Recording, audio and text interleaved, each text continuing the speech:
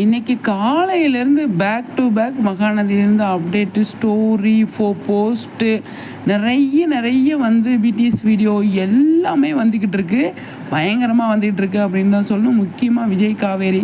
விஜய் மட்டும் நம்ம பசுபதியோட நின்று ஒரு போஸ்ட் போட்டிருந்தாரு.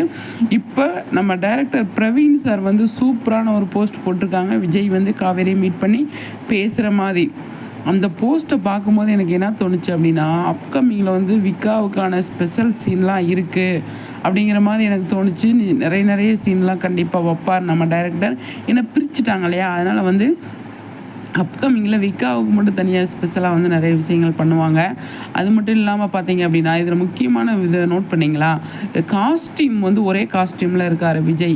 பசுபதி கூடயும் சரி, அதே மாதிரி நம்ம காவேரி கூடயும் சரி. இன்றைக்கி எபிசோடில் கூட இந்த காஸ்டியூமில் தான் இருந்தார்னு நான் நினைக்கிறேன். கரெக்டாக என்னன்னு சொல்லி தெரியல. அது மாதிரி ஒரே இதில் இருக்கும்போது நிறைய விஷயங்கள் பண்ணியிருக்காரு அப்படிங்கிறது தான் என்னை பொறுத்த வரைக்கும். அவ்வளோ விஷயங்கள் காவேரி கூட வந்து காவேரியை மீட் பண்ணி பேசி ஆகணும். நைட்லாம் அவரால் ஒன்றுமே பண்ண முடியல. அவர் வந்து ரொம்ப ஃபீல் பண்ணுறாரு.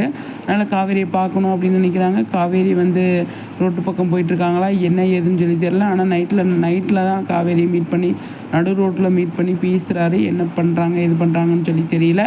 ஆனால் செம்மங்க சூப்பர், எனக்கு ரொம்ப பிடிச்சிருக்கு. விஜய் வந்து கண்டிப்பாக வந்து காவேரியை மீட் பண்ணிட்டாரு. ஆனால் காவேரி விஜய் வந்து பாவமாக தான் முழிச்சிட்ருக்காரு. காவேரி வந்து கொஞ்சம் கோவமாக வந்து இருக்காங்க.